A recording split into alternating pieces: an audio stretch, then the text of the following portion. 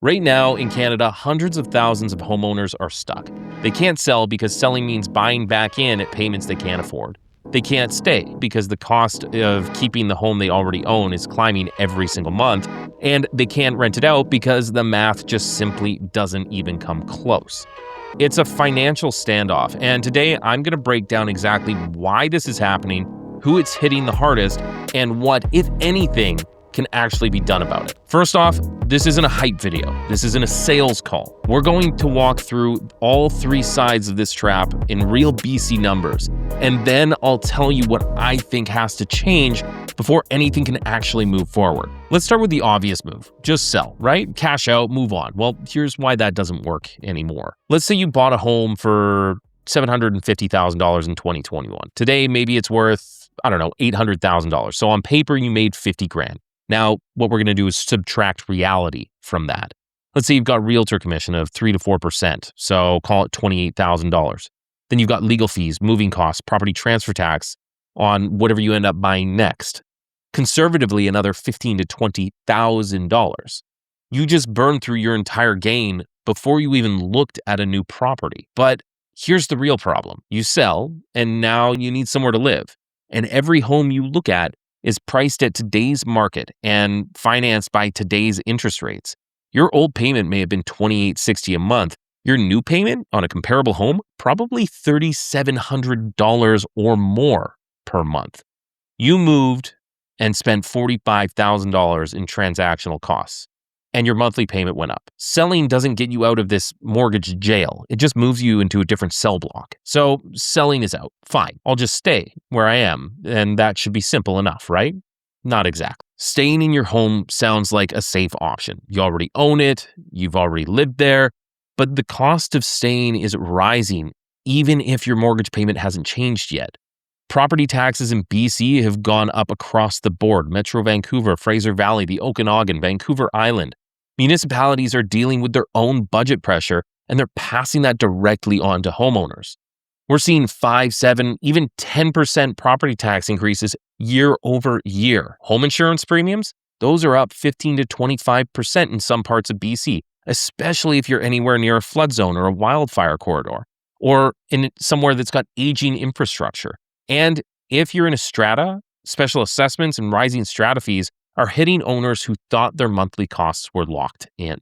So even if your mortgage payment hasn't moved yet, the all-in costs of owning, taxes, insurance is quietly climbing by hundreds, if not thousands of dollars per month.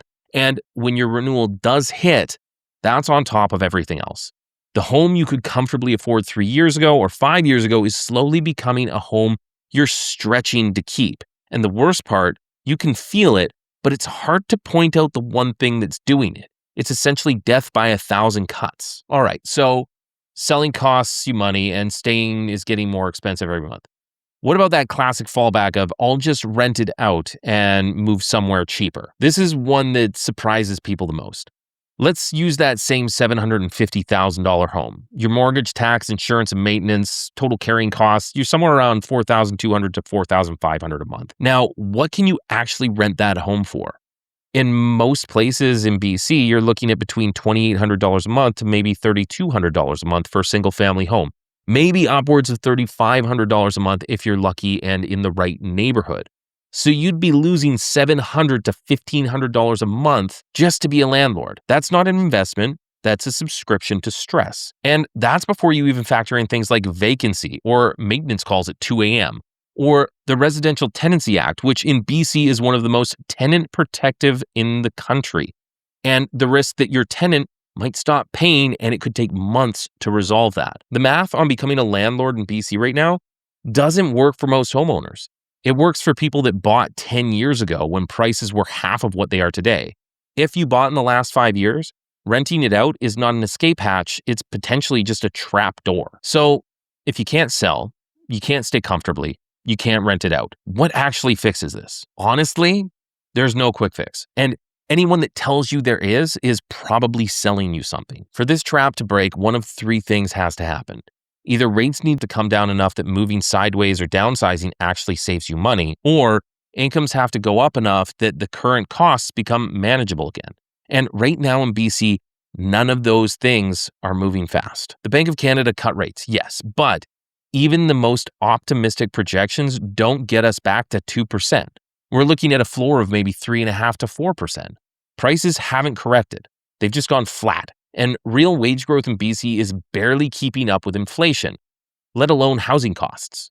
So instead of a correction, we're getting a slow, agonizing crawl sideways. Buyers can't afford to buy, sellers can't afford to sell, and the entire real estate market, well, it just sits there and does nothing.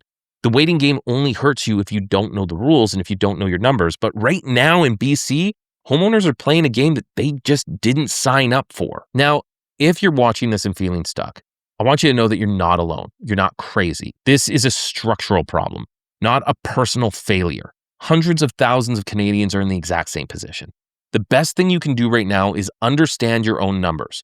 Know your carrying costs, know your equity position, know what your options actually are, even if none of them are great. Because when the market shifts, and it eventually will, the people who move fastest are the ones who knew their numbers before the window opened. Now, to round this all off, my name is Myles Nowik. I own the Nowik mortgage team powered by Indie Mortgage.